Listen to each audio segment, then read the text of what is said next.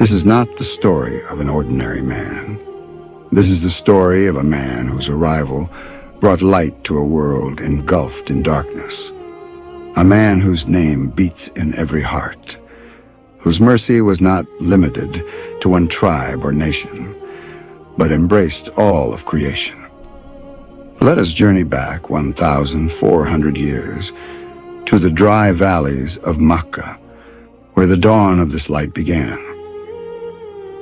This is Makkah, a land once drenched in ignorance and cruelty, a place where idols were worshipped, where daughters were buried alive, where the powerful crushed the weak. Yet it was this very land that Allah chose for the birth of his final messenger. The year was 571 CE. The date, the 12th of Rabi al-Awwal. The night sky blanketed Makkah as a child was born in a modest home, Muhammad. A moment that may have seemed ordinary on earth, but in the heavens, it was a celebration. In the arms of Amina was the face that would become a mercy to the worlds. His grandfather, Abdul Muttalib, rushed to the Kaaba in gratitude and named the child Muhammad, the one who is praised by all. In those times, it was a tradition among the Arabs to send newborns to the countryside, away from the city, to be raised in a pure and healthy environment. Muhammad was entrusted to Halima Sadiya, and from the moment she took him in her arms, blessings poured into her life. The dry land became green. Her once empty livestock produced milk, and everyone around her began to notice this child was no ordinary child. One day, as Muhammad played with other children, a figure descended from the sky. It was the angel Gabriel. He opened the young boy's chest, took out his heart, washed it with Zamzam water, and placed it back. The children ran in fear to tell Halima. Alarmed, she returned Muhammad to Makkah. But this was no accident. It was a divine sign this child was chosen by Allah. At the tender age of 6, Amina took Muhammad to Yathrib, the land of his forefathers. On the journey back, she fell ill and passed away in a place called Abwa. A child who had barely begun to understand the world had now lost his mother. His grandfather, Abdul Muttalib, took him in and cared for him lovingly. But just 2 years later, he too passed away. Now, at the age of 8, Muhammad was left an orphan alone in the world, but not truly alone. Allah was with him. These moments of sorrow were not mere tragedies, they were steps toward a divine mission. The story of the greatest man to ever walk the earth continues. From the very beginning, he was different. Though orphaned young, he carried a light within a light of purpose and truth. As he grew, Makkah began to whisper his name, not with fear, but with admiration. They called him As-Sadiq, the truthful, and Al-Amin, the trustworthy. This was Makkah, a city where trade flourished, but so did deceit. Lies, fraud, and usury were common practice. But amidst this, one young man stood tall Muhammad. His truthfulness became his identity. In every transaction, he was fair. He never cheated, never raised prices unjustly, and always measured accurately. One day a man came to him and said, "Sell me good cloth, but at a low price." Muhammad smiled and replied gently, "This is the fair price, the same for you as it is for me." His honesty spread like fragrance across the city. The wealthy began to take notice, including a noble woman of Quraysh, Khadija, R.A. A powerful merchant herself, she had heard of his truthfulness and offered him a chance to lead one of her trade caravans to Syria. Muhammad accepted. The journey was long, but filled with blessings. In every deal, Muhammad showed honesty, wisdom, and grace. He sold goods at excellent prices and bought with sharp intelligence. Khadija's servant, Seerah, who accompanied him, was astonished. He never lies, never cheats, and always remembers God, he thought. When they returned to Makkah, Khadija was amazed. The profit he earned in one trip was more than she usually made in a year. But more than the Prophet, it was his integrity that impressed her. In that moment, admiration turned to respect, and respect began to blossom into love. After losing both his parents, young Muhammad was now completely orphaned. But Allah had already arranged protection and love through his grandfather, Abdul Muttalib, who cherished him more than his own children. He would seat the young boy beside him, near the Kaaba, honor him in gatherings, and even consult him in matters. Everyone noticed something extraordinary in this child. Yet, only 2 years passed before Abdul Muttalib too departed from this world. Now the noble responsibility fell to Abu Talib, the Prophet's uncle. Though Abu Talib was financially poor, his love for Muhammad was deep and sincere. As Muhammad grew into a young man, he remained distinct from the youth of Makkah. While others chased pleasures, he chose purity. No lies, no gossip, no vulgarity, only truth, honesty, humility, and deep thoughtfulness. His character was so luminous that the people began to call him As-Sadiq, the truthful, and Al-Amin, the trustworthy.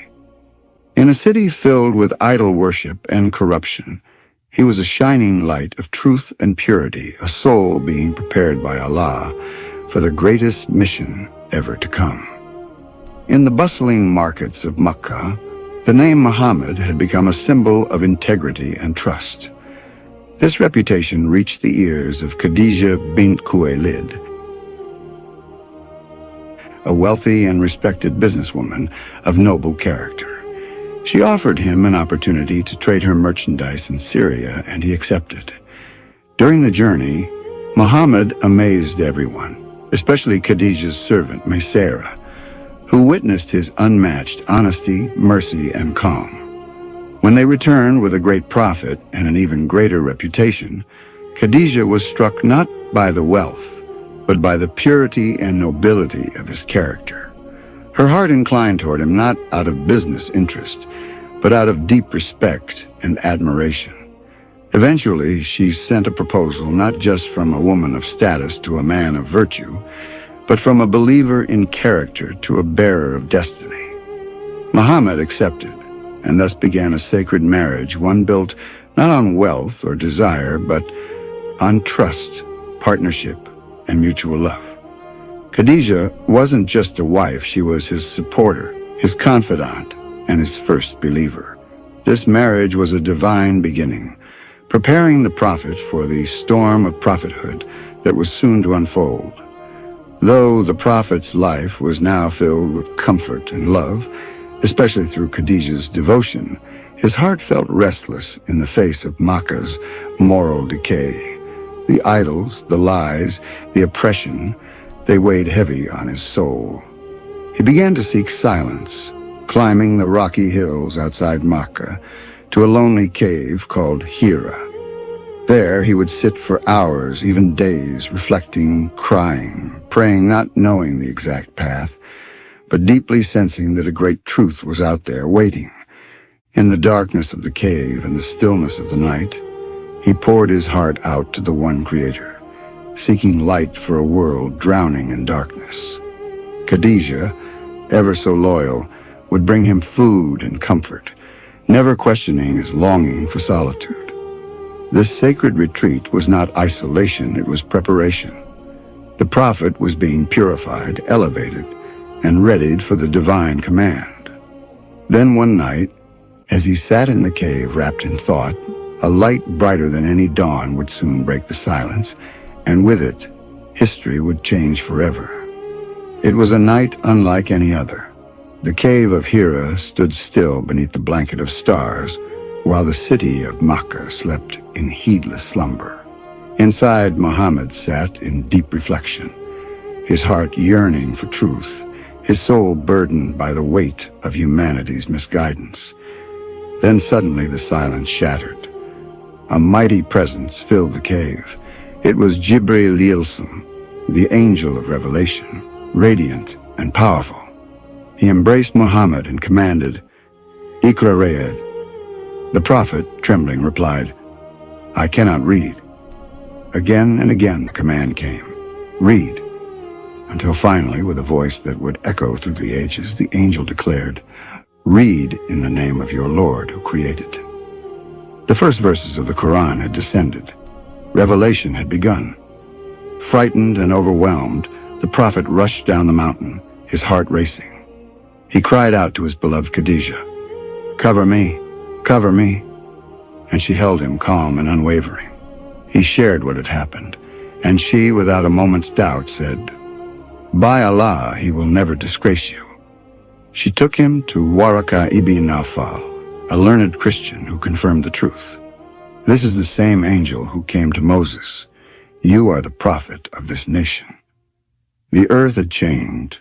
The skies had opened. A new chapter for mankind had begun, and with it, the dawn of Islam. Prophet Muhammad began his divine mission with clarity and conviction. He walked the streets of Makkah with a message that echoed the oneness of Allah and the call to righteousness. But the path of truth was not an easy one. As soon as the message started to spread, the opposition began to rise.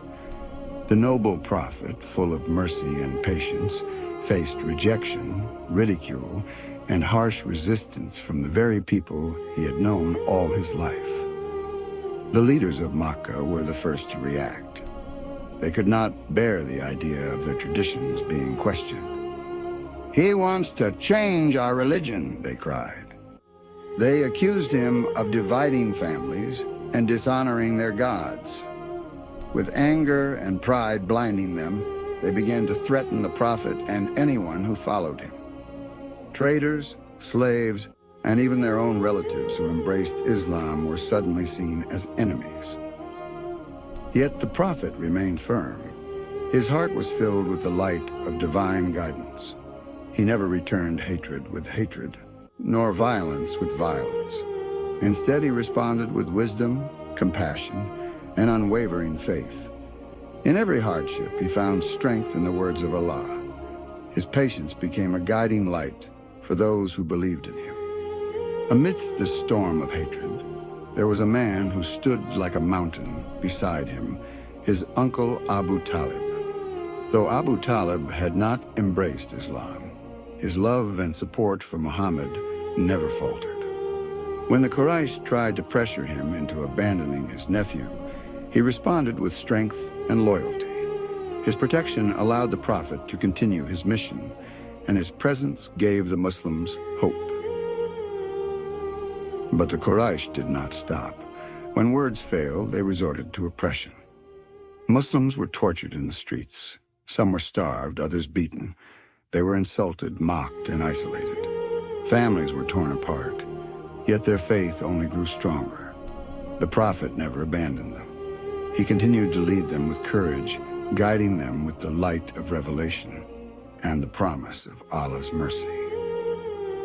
In a desperate move, the Quraysh imposed a complete social and economic boycott on the Muslims. They were cast out and left to suffer in a barren valley with no food, no water, and no trade. For 3 long years, they endured hunger and hardship. Children cried from starvation. The sound of pain echoed through the night, but the prophet never wavered. His heart ached for his people, yet his resolve remained unbroken. He knew that patience and trust in Allah were the keys to victory. Even in the face of despair, he offered words of hope. "Do not lose heart," he would say, "for Allah is with the patient." His message was not just one of worship, it was one of resilience, justice, and unity. He taught his followers that faith is not measured in comfort, but in steadfastness through trials. And so, while the streets of Makkah burned with cruelty, the hearts of the believers burned with faith. The harder the Quraysh tried to silence the message, the stronger it became. For every hardship was a sign that the promise of Allah was drawing near. But what came next would change everything. How did Allah respond to this unwavering faith? What help descended from the heavens? The story continues. and the trials would soon be met with the first signs of divine victory. Stay with us as we explore how, in the midst of darkness, light began to shine and the journey of Islam moved closer to its destiny. The migration was not just a change of location, but a massive transformation in the lives of the believers. Leaving behind their homes, businesses, families, and memories in Makkah was not an easy task. But their faith in Allah and their love for His messenger gave them the courage to take this difficult step. They knew that the truth they had embraced was more precious than anything in the world. Each step of the migration was filled with uncertainty, but also with hope. Hope for a new beginning, for a society where they could live with peace, dignity, and freedom. The Prophet Muhammad himself left Makkah under the cover of night. The Quraysh had plotted to assassinate him, but Allah had a different plan. As he left his beloved city, he looked back and said with deep emotion, "O Makkah, you are the most beloved land to me, and had your people not forced me out, I would never have left you." This single sentence captures the pain, sacrifice, and love he had for his homeland.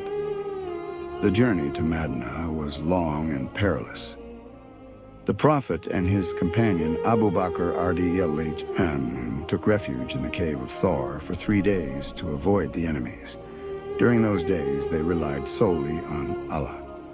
When Abu Bakr feared the enemy approaching, the Prophet reassured him, "Do not be sad. Indeed, Allah is with us." This moment became a timeless lesson in trust and reliance on Allah. When all worldly means fail, divine help never does. As they approached Medina, the anticipation among the Ansar was growing. Every day they would go out to the outskirts of the city, waiting for the Prophet. And then one blessed day, the news spread like light. Muhammad has arrived. Children, women, and men all came out singing Tala al-Badru alayna. A scene of love and celebration, a new era had begun. Upon reaching Medina, the first thing the Prophet did was establish a brotherhood between the Muhajirun and the Ansar. It wasn't just symbolic, it was practical. The Ansar shared their wealth, homes, and hearts. Some even offered to give half their property to their migrant brothers. This was not a political alliance, it was a family formed by faith. The Prophet then laid the foundation of the first Masjid an-Nabawi. This became the heart of the city. It wasn't just a place of prayer, but a center for learning, leadership, and unity. The Prophet himself participated in its construction, carrying bricks with his companions, showing that leadership is not about status, but service. Medina was not just a physical refuge. It became a spiritual center. For the first time, Muslims could live as a community governed by Islamic values: justice, equality, compassion. These were not just words, but the foundations of the society the Prophet began to build. And this society would become the beacon of light that would spread across the world. The Battle of Badr. This was not just a battle between two armies, it was the first great confrontation between truth and falsehood. On one side stood the powerful army of the Quraysh, and on the other, the small but courageous group of Muslims. This battle changed the course of Islamic history. The Quraysh of Makkah devised a plan to eliminate the growing influence of the Muslims. They marched with a grand army toward Badr. Meanwhile, Prophet Muhammad consulted his companions. Both the Muhajirun and the Ansar pledged their loyalty and said, "We are with you, no matter what may come." The night before the battle was a test of faith for the Muslims. The Prophet fell into prostration, earnestly praying to Allah, "O Allah, if this small group is destroyed today, there will be none left on earth to call upon your name." Allah accepted the Prophet's prayer and gave him glad tidings of victory. On the battlefield of Badr, the two armies faced each other. the renowned warriors of Quraysh stepped forward. From the Muslim side, Ali Radi al Hamza Radi al-Hna, and Ubaidah Radi al emerged to face them. They struck down the enemy champions, igniting the spirit of the Muslim fighters. As the battle reached its peak, Allah sent angels to assist the believers. The companions saw figures in white garments, fighting alongside them. The enemy ranks broke. Their leaders were slain, and the Muslims emerged victorious. The Quraysh suffered a crushing defeat at Badr. Many of their leaders were killed, and the rest fled. After the battle, the Muslims treated the captives with unmatched kindness. Some were freed in exchange for ransom, while others earned their freedom by educating the Muslim community. The victory at Badr strengthened the Muslims, but the Quraysh saw it as a grave humiliation. They began plotting revenge, and soon another great battle would unfold. The defeat at Badr was unbearable for the Quraysh. Burning with the fire of revenge, they resolved to crush the Muslims. Abu Sufyan and other leaders prepared a massive army and began marching toward Uhud. Meanwhile, in Madinah, the Muslims were alert and prepared. A great test was drawing near. In Madinah, the Prophet consulted his companions. Should the battle be fought inside the city or in the open field? The younger companions expressed their desire to fight in open ground, and the Prophet accepted their opinion. The battlefield of Uhud was chosen, and skilled archers were stationed on a strategic hill to guard the rear. The battle began, and the Muslims displayed extraordinary bravery. Hamza Radi al-Hna, Ali Radi al-Hna, and other companions struck down some of the most powerful warriors of the Quraysh. Their army began to retreat, and victory seemed within reach. But the trial was not over yet. As the Quraysh began to flee, some Muslims started gathering spoils of war. Despite the Prophet's clear instructions, the archers stationed on the hill abandoned their post, thinking the battle was over. Khalid ibn al-Walid, who was still fighting with the Quraysh at the time, seized the opportunity and launched a surprise attack from behind. This sudden attack caused chaos among the Muslims. Many companions were martyred, and even the Prophet was wounded. A false rumor spread that the Prophet had been killed. It was a moment of immense trial, but the Prophet was alive and stood firm, a beacon of patience and perseverance. The Muslims suffered great losses in this battle, including the martyrdom of Hamza Radi al-Hna. Though the Quraysh failed to achieve a decisive victory, they inflicted heavy damage and then retreated. For the Muslims, this was a painful trial, but it became a lasting lesson in obedience, discipline, and faith. After the Battle of Uhud, a somber silence settled over Medina. The wounds were fresh, and the hearts of Muslims were heavy with grief. The loss of beloved companions and family members had shaken the city, yet the spirit of the Muslims remained unbroken. The Prophet, despite being wounded himself, stood firm among his companions. Meanwhile, the Quraysh entertained thoughts of returning to strike again, hoping to extinguish the light of Islam once and for all. Hearing of these threats, the Prophet did not allow fear or weakness to spread among the people. Without delay, and still bearing the pain of recent wounds, he called upon the believers to rise once more. He led them out of Madinah, determined to show the Quraysh that Muslims were not defeated. Their faith, their unity, and their courage had not been lost at Uhud. At Hamra al-Asad, a place near Madinah, the Muslims encamped. Their mere presence, their willingness to stand again so soon, sent a powerful message. The Quraysh, expecting weakness, were stunned by this resolve. Fearing another confrontation with such determined fighters, they turned back to Makkah. The Muslims, though fewer in number and recently wounded, had turned back an army with the strength of their spirit alone. Back in Madinah, life slowly returned to a rhythm. But the pain of Uhud remained a deep memory. Yet that pain became a source of strength. The Prophet reminded the Muslims of the lessons learned, of discipline, obedience, and the value of patience. Families who had lost their loved ones displayed remarkable perseverance, and the community grew more united and resilient than before. But the trials were not over. Some of the Jewish tribes in Medina, who had agreed to peace, began plotting in secret. Their betrayal posed an internal threat, one that could be far more dangerous than an open enemy. The Prophet, with wisdom and justice, confronted these conspiracies firmly.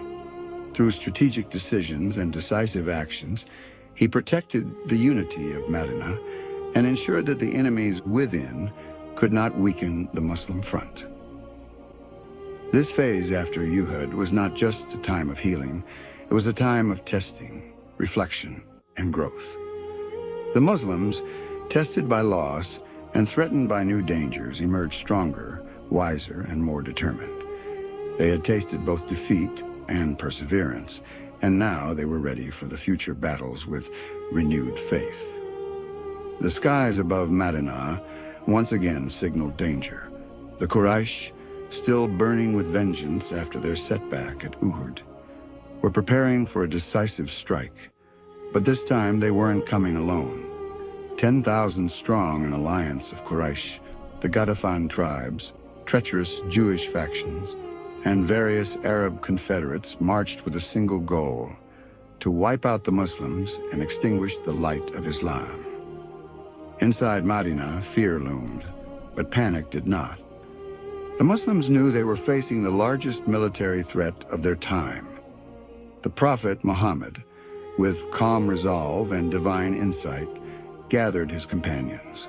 In that circle of consultation, voices rose, opinions were shared, and then a new idea emerged, one that would change the course of the battle.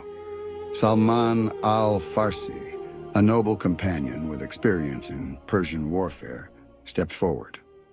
"O Messenger of Allah," he said, "in my land, when we feared a siege, we would dig a trench around our city to block the enemy's advance." The Prophet listened attentively and accepted the idea with wisdom. A decision was made. The Muslims, though small in number, would rely on intelligence and hard work rather than sheer strength. They began digging a trench on the vulnerable side of the city where cavalry could most easily enter. The task was monumental. The cold winds of Medina bit into their skin, hunger gnawed at their stomachs, and yet the companions labored with hearts full of faith. Stones were shattered with their bare hands, and the Prophet himself picked up the tools, digging beside his followers. Dust covered his blessed face, and sweat trickled from their brows. And when fatigue crept in, he recited, "O Allah, there is no life except the life of the hereafter, so forgive the emigrants and the helpers." This was not just a trench, it was a wall of unity, a defense made from trust in Allah and the determination of believers. When the coalition army finally arrived and beheld the trench, they were stunned. They had never seen such a tactic in Arabian warfare. Horses halted, generals frowned, plans collapsed. The Quraysh, confident in their numbers, suddenly found themselves halted by a strategy they didn't anticipate. They tried to breach it, to find weaknesses, to scale it, but time after time, they were met with resistance. Muslim archers guarded every pass. Watchful eyes never rested. The siege dragged on.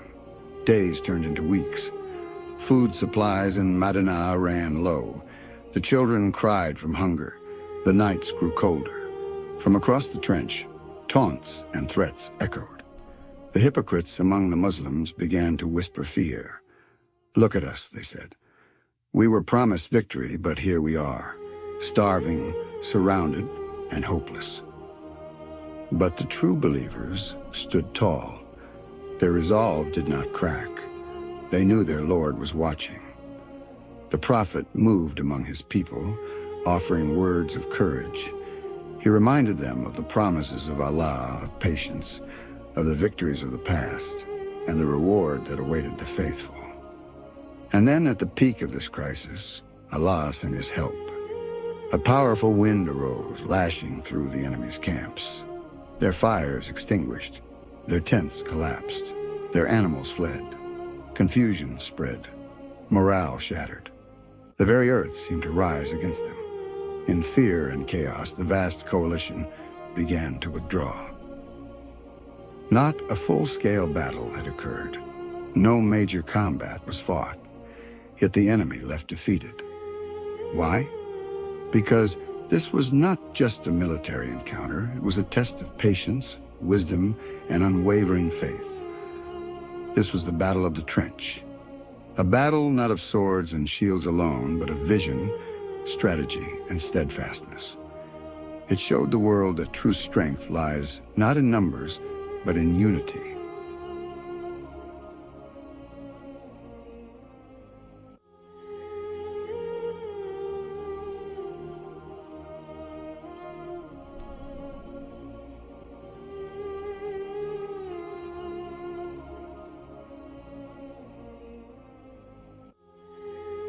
In leadership and in belief.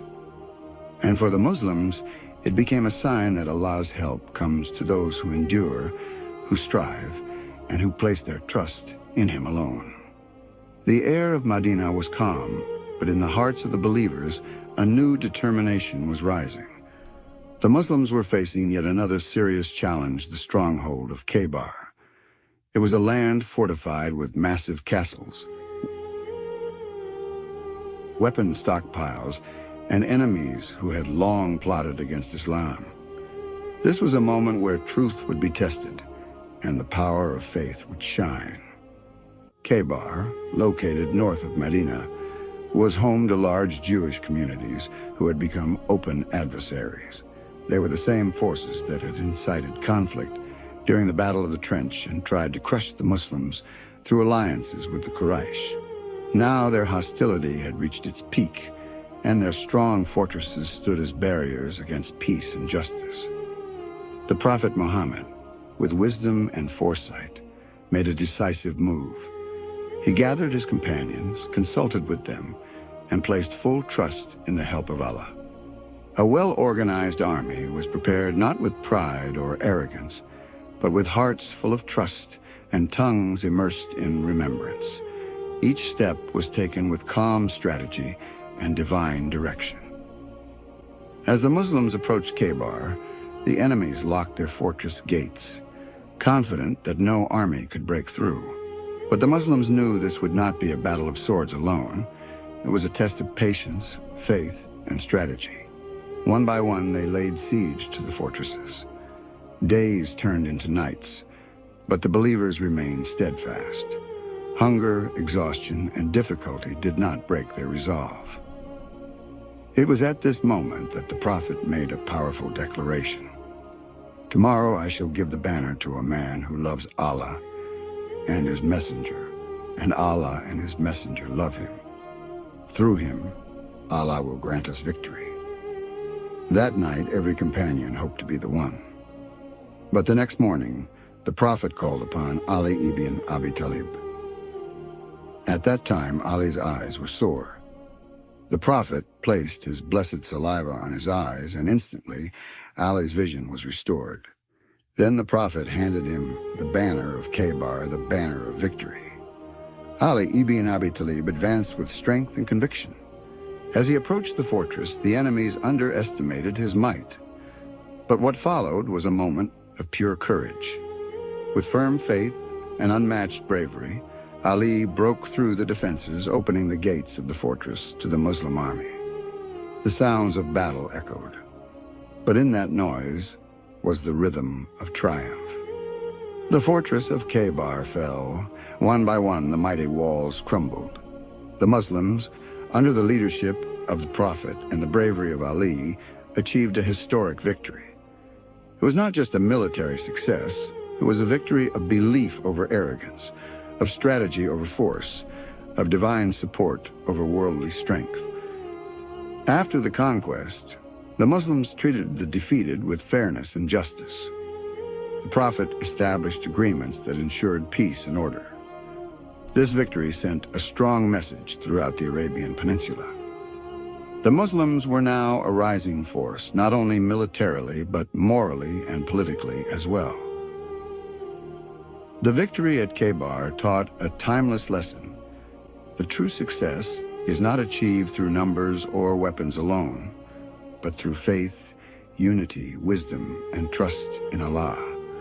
The bravery of Ali, the leadership of the Prophet, and the patience of the believers all came together to write one of the most powerful chapters in Islamic history. This was not just a celebration of land conquered, but a celebration of faith that conquered fear, of wisdom that overpowered strategy, and of a people who knew that with Allah on their side, no fortress was too strong and no enemy too great. The Battle of the Trench had just ended. A gentle wave of relief was spreading across Medina's skies. The companions, exhausted from days of struggle, were finally returning to their homes. But then, a sudden message reached the Prophet. It was not from outside, but from within. The Jewish tribe of Banu Qurayza, who had pledged loyalty and peace with the Muslims, had now broken that pact. They had secretly aligned with the enemy, plotting to strike the Muslims from behind. This was a betrayal of the highest order. During the heat of the Battle of the Trench, when Quraysh and their allies attacked Medina from the front, Banu Qurayza betrayed the Muslims from within. They had conspired with the enemy to deliver a deadly blow to the believers. But Allah, in His wisdom and power, protected His messenger and the faithful. Their conspiracy failed, but the betrayal could not go unanswered. As soon as the battle ended, Angel Jibril descended with a divine command. He said to the Prophet, "Have you laid down your arms? The angels have not laid theirs. March towards Banu Qurayza." The Prophet immediately commanded his companions, "Do not offer your ASR prayer until you reach the vicinity of Banu Qurayza." The army set out again, tired but determined.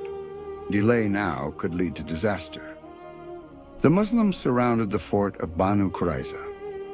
The siege was intense, lasting for 25 days. Water and supplies were cut off. Fear gripped the hearts of Banu Qurayza. In the end, they surrendered. But who would decide their fate? They themselves chose Sa'd ibn Mu'adh, the noble companion who had been wounded in the previous battle. Sa'd ibn Mu'adh delivered his judgment in accordance with their own scripture, the Torah, his verdict. All adult men were to be executed, the women and children taken as captives, and the wealth distributed among the Muslims. When the Prophet heard this, he said, "You have pronounced the judgment of Allah from above the 7 heavens." This battle silenced the hypocrites and internal enemies of Medina. It sent a strong message that treachery would not be tolerated in the Islamic State. Peace returned to Medina. The believers found strength, and the leadership of the Prophet became even more firmly established. In the blessed city of Medina, a soul-stirring dream was revealed. The Prophet Muhammad saw himself performing tawaf around the Kaaba with his companions. This was not an ordinary dream. It was divine inspiration, a message from Allah. The Prophet shared the vision with his companions and declared his intention to set out for Umrah. The goal was simple: worship. No battle, no conflict, only peace and submission to the will of Allah. With heartfelt devotion, the Prophet donned the ihram along with 1,400 of his companions. As they moved toward Makkah, the air echoed with the cries of Labbaik Allahumma Labbaik. They carried no weapons of war, only the spirit of worship. Their hearts were filled with peace, their tongues engaged in remembrance, and their eyes longed for the house of Allah. But the Quraysh, still arrogant and hostile, refused to accept this peaceful gesture. The Muslims halted at the valley of Hudaybiyah. a barren land just outside Makkah. The Prophet chose diplomacy over confrontation. He set up camp, and negotiations began. Messengers were exchanged. Delegations came and went. The Prophet sent Uthman ibn Affan, R.A., as his ambassador to Makkah to speak to the Quraysh and explain the peaceful nature of their journey. But as time passed and Uthman, R.A., did not return, a rumor spread through the Muslim camp that he had been killed. The atmosphere turned heavy with grief and determination. In response, the Prophet gathered his companions beneath a tree and took a solemn pledge of allegiance, an oath to stand firm, even if it meant giving their lives. This historic pledge became known as Bayat al-Ridwan, the Pledge of Divine Pleasure. Eventually, the Quraysh agreed to negotiate. A treaty was drafted with terms that outwardly seemed to favor the Quraysh. The Muslims would not perform Umrah that year. There would be a 10-year truce, and any Meccan who defected to the Muslims would be returned. These conditions disheartened many companions, yet the Prophet accepted them with calm wisdom, knowing that true victory often lies beyond immediate perception. The companions felt confused and saddened. This wasn't the result they had hoped for, but the Prophet, with serene confidence, said, "I am the messenger of Allah, and He will never let me down." Soon after, Allah revealed Surah Al-Fath. "Indeed, we have granted you a clear conquest." These divine words lifted their spirits and confirmed the deeper wisdom of what had just occurred. The Treaty of Hudaybiyah proved to be a masterstroke of prophetic strategy. It opened the doors of peace and dialogue. Islam spread far and wide, as the message could now reach untouched hearts. The Quraysh saw the truth more clearly, and the stage was set for the grand opening of Makkah. What seemed like a retreat was in fact a major turning point, a divine victory in disguise. After the Treaty of Hudaybiyah, the Islamic State gained a new sense of stability. The time for constant defense was over. A new mission was now set into motion to take the message of Islam beyond the Arabian borders. The Prophet Muhammad made a momentous decision to invite the kings and rulers of the world to the light of Islam. The Prophet chose his companions wisely, those who could speak languages like Syriac, Greek, and other dialects. Letters were written, sealed with the Prophet's ring, and entrusted to these envoys. Each letter introduced the Prophet, declared the oneness of Allah, and invited the recipient to accept Islam. One of these letters was sent to Heraclius, the Caesar of Rome, who was residing near Damascus at the time. Heraclius invited Abu Sufyan, who had not yet accepted Islam, and asked him detailed questions about the Prophet. After listening carefully, he said, "If what you say is true, then this man will soon conquer the very land beneath my feet." Another letter was sent to Khosrow Parviz, the Emperor of Persia. When the letter reached him, he reacted with arrogance. Instead of reading it with respect, he tore it into pieces. When the Prophet heard what had happened, he said with calm certainty, "May Allah tear apart his kingdom, just as he tore my letter." And not long after, the mighty empire of Persia began to crumble. The Prophet also sent a letter to the just and noble king of Abyssinia, Negus. He read the letter with deep respect, his eyes welling up with tears.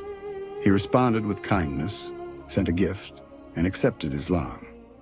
When he passed away, the Prophet led his funeral prayer in absentia, marking a powerful moment of unity and faith across continents. Letters were also sent to the rulers of Bahrain, Yemen, Egypt, and other regions. Some welcomed the message, others rejected it. But the call had gone out. The message of Islam had taken flight, reaching the far corners of the known world. It could no longer be ignored. These letters were not merely royal correspondence. They were a powerful declaration. A declaration that Islam was not a regional movement, not a tribal ideology. It was a universal message for all humanity. The prophet was not sent for one nation or one time. He was sent as a mercy for all the worlds. And we have not sent you, O Muhammad, except as a mercy to the worlds. A light was now shining across the earth, carrying the message of peace, purpose, and the oneness of God. After the Treaty of Hudaybiyah, a 10-year peace agreement was established between the Quraysh and the Muslims. But this peace was broken when the Quraysh's allies, the Banu Bakr, attacked the Banu Khuzaa, who were allies of the Muslims. This violation of the treaty would become the prelude to one of the most monumental moments in Islamic history. The Prophet Muhammad, with wisdom and foresight, quietly prepared an army of 10,000 companions. Without announcing war, he marched silently toward Makkah, aiming to prevent bloodshed. His mission was not revenge, it was the peaceful return of the sacred city and the end of tyranny. As the Muslim army camped outside Makkah, the Prophet's uncle, Abbas Radiyallahu brought Abu Sufyan to meet him. Abu Sufyan, a longtime opponent of Islam, stood before the Prophet.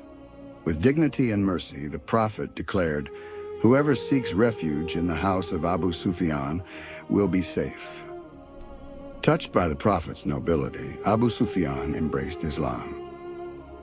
When the Prophet entered Makkah, he did not do so as a conquering king, but as a humble servant of Allah. His head was bowed so low in humility that it nearly touched the neck of his camel. There was no vengeance, no pride, only the gentle words on his lips. Today is a day of mercy. Then came a moment that shook history. The Prophet stood before those who had mocked him, tortured him, driven him from his home. And yet he said, "There is no blame on you today. Go, you are all free." These words echoed not just in the streets of Makkah, but across time as an eternal example of justice wrapped in mercy. He then entered the Kaaba, the sacred house of Allah, and cleansed it of 360 idols. With every statue that fell, he proclaimed, "Truth has come, and falsehood has vanished."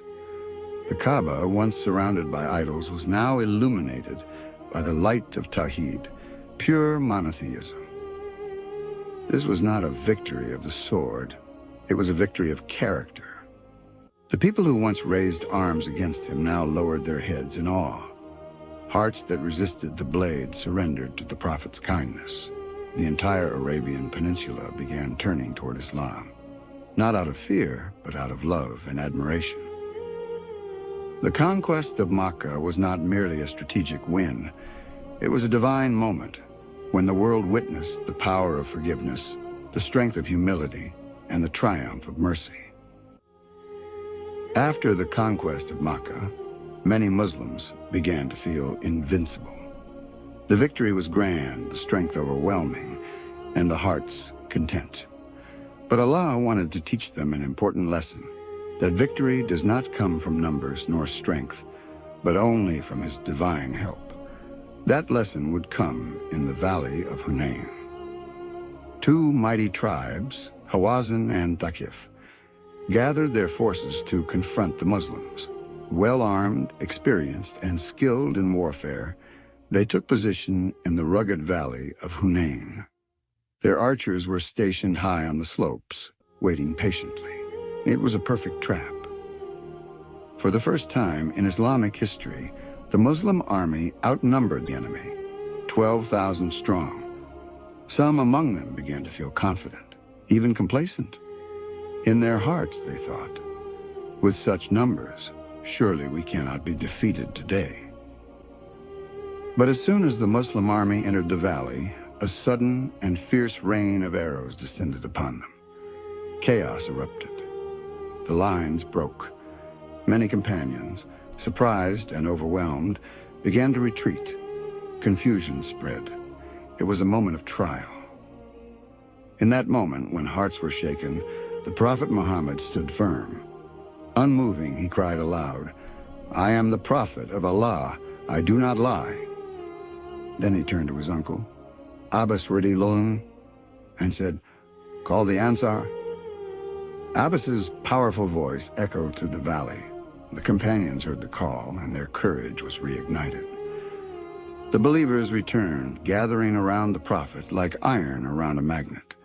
With renewed faith, they launched a counterattack under his command, and then the help of Allah descended. The tide turned. The enemy was defeated. Victory came, not because of numbers, but because of renewed humility, steadfast faith, and divine assistance. In the aftermath, the Muslims came into possession of great spoils, livestock, gold, and weapons in abundance.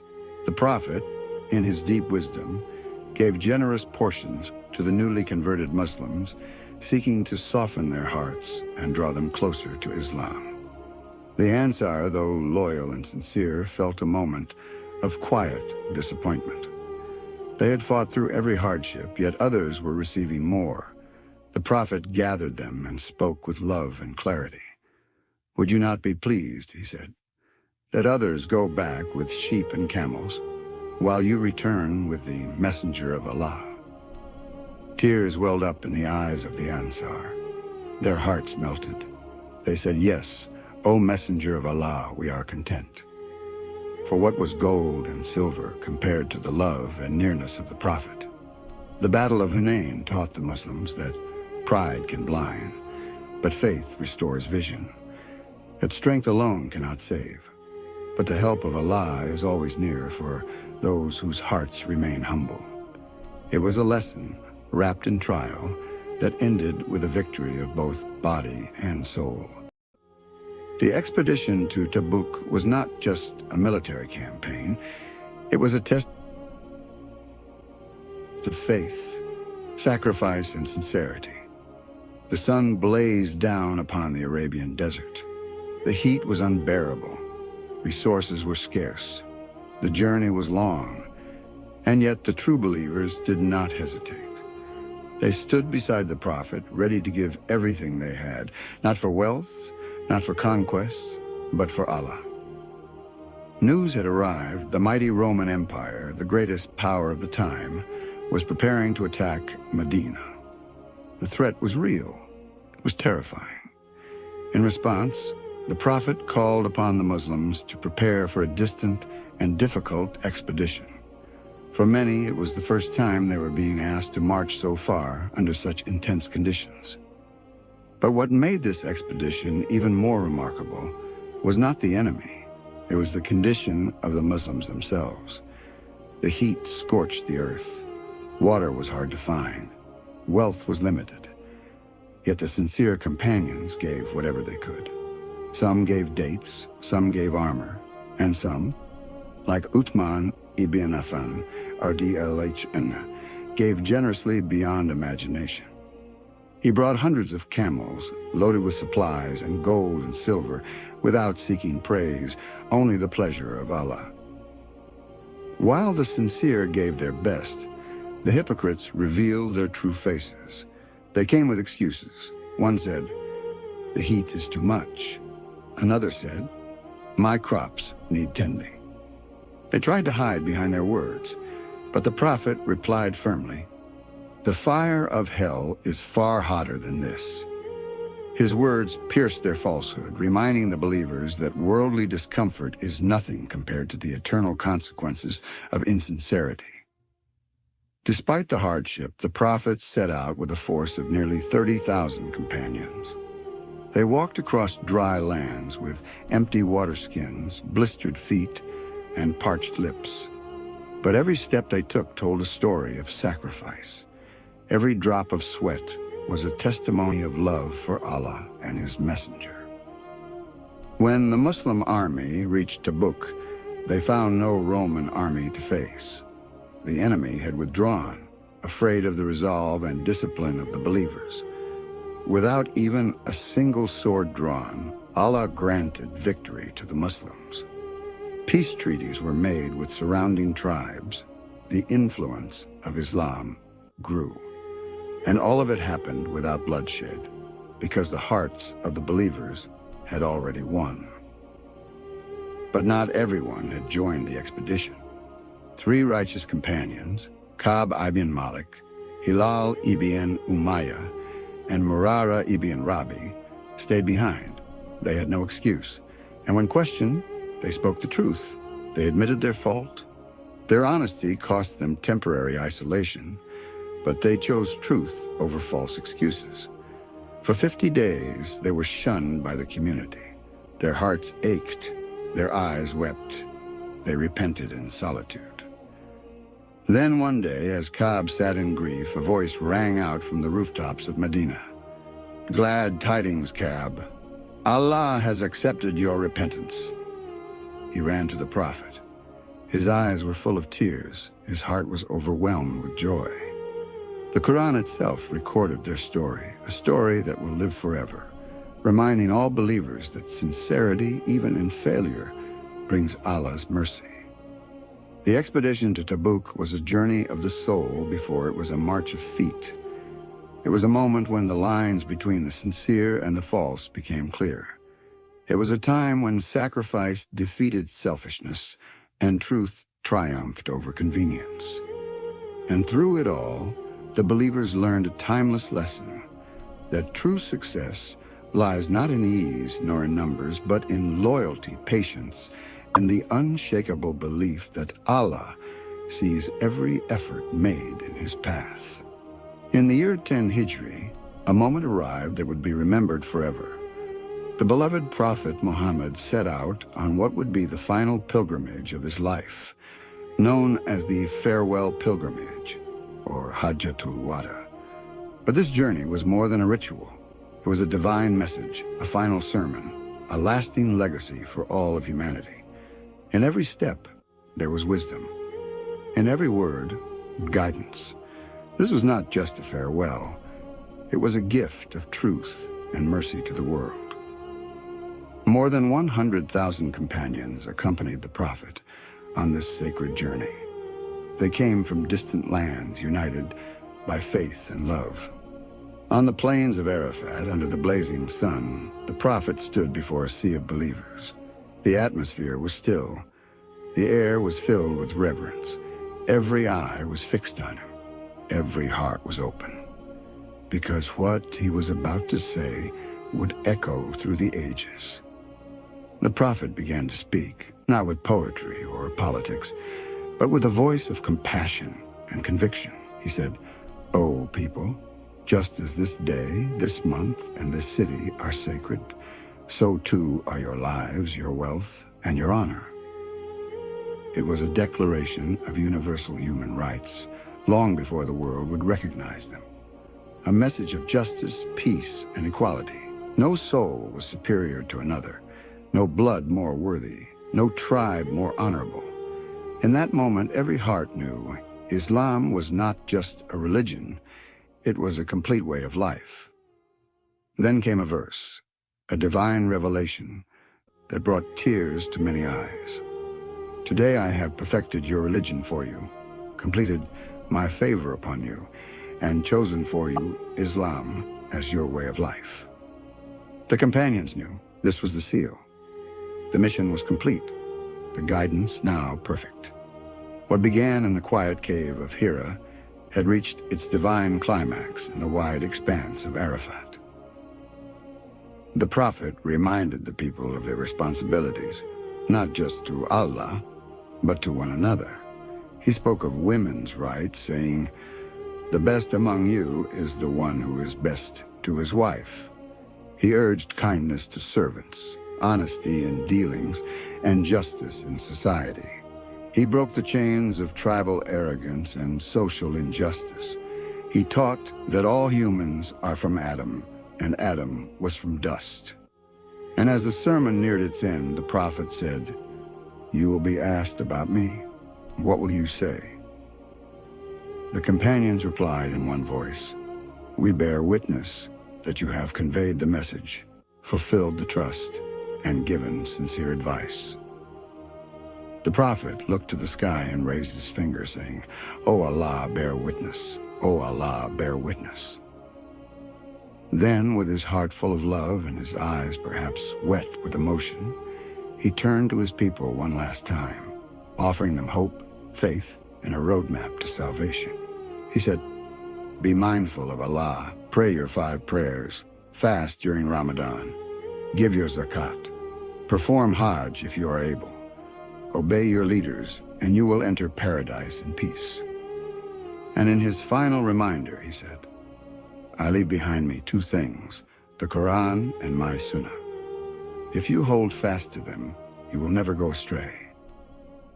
That was Hajjat al-Wada, a sermon not only for those who stood in Arafat, but for you, for me, for all of humanity, a voice that still calls us to truth, to mercy, to unity, and to Allah. This was the most painful chapter in the life of the Muslim Ummah, a moment so heavy that even the strongest hearts tremble. When the Prophet Muhammad fell ill, the streets of Medina were filled with silence, anxiety, and sorrow. His companions, those who had walked with him through battles and prayers, now stood helpless, their hearts burdened with grief, as the one they loved most began to weaken. Inside his blessed home, the Prophet's condition grew more fragile each day. His steps became slower, his voice gentler.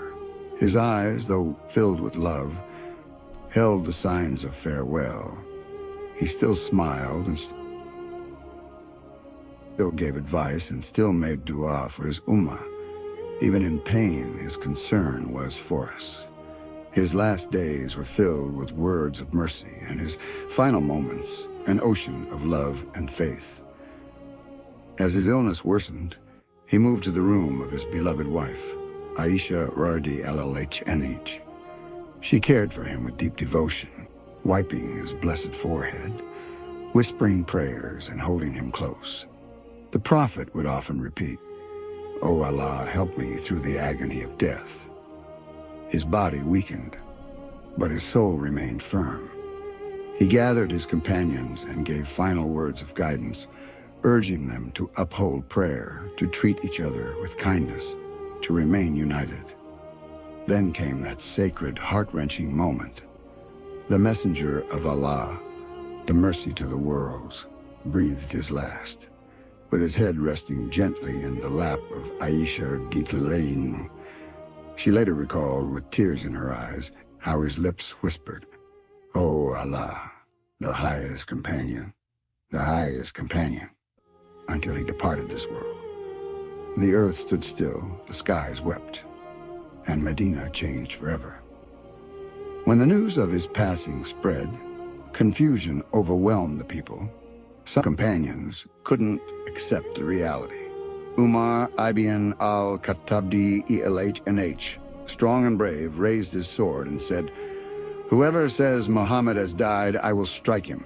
No, he has only gone to his Lord like Musa did and will return." But then a calm, steady voice rose above the chaos. Abu Bakr as-Siddiq RDELH, the Prophet's closest friend, walked into the room. He uncovered the Prophet's face, kissed him on the forehead, and said, "O my beloved, by Allah, you were beautiful in life and beautiful in death." He walked out to the people, climbed the pulpit, and gave a message that would restore calm to broken hearts. He said, "Whoever used to worship Muhammad, know that he is dead. But whoever worships Allah, know that Allah is ever living and never dies." Then he recited, "Muhammad is no more than a messenger. Many were the messengers that passed before him. If he dies or is killed, will you then turn back on your heels?" It was as if the veil had been lifted. The companions finally understood. The Prophet had returned to his Lord. Then came the moment that no heart was ready for, the burial of the Prophet. The one they loved more than themselves, the one who taught them, led them, wept for them, prayed for them. His cousin Ali RDLHNA and a few companions entered the room with trembling hands and tearful eyes. They lowered the beloved body into the earth. The room was silent. The hearts were shattered. No light shone brighter, no heart was purer, and now he was gone. But his light still shines, his words still guide, his love still reaches us. Yes, he left this world, but he left behind a legacy that will never die, the Quran, his Sunnah, and a message of mercy for all of mankind. And though our eyes weep and our hearts ache, we say what he taught us to say. Indeed, we belong to Allah, and indeed to him we shall return. O Allah, send peace and blessings upon Muhammad, the greatest man to walk the earth, the mercy to all worlds, our beloved prophet forever.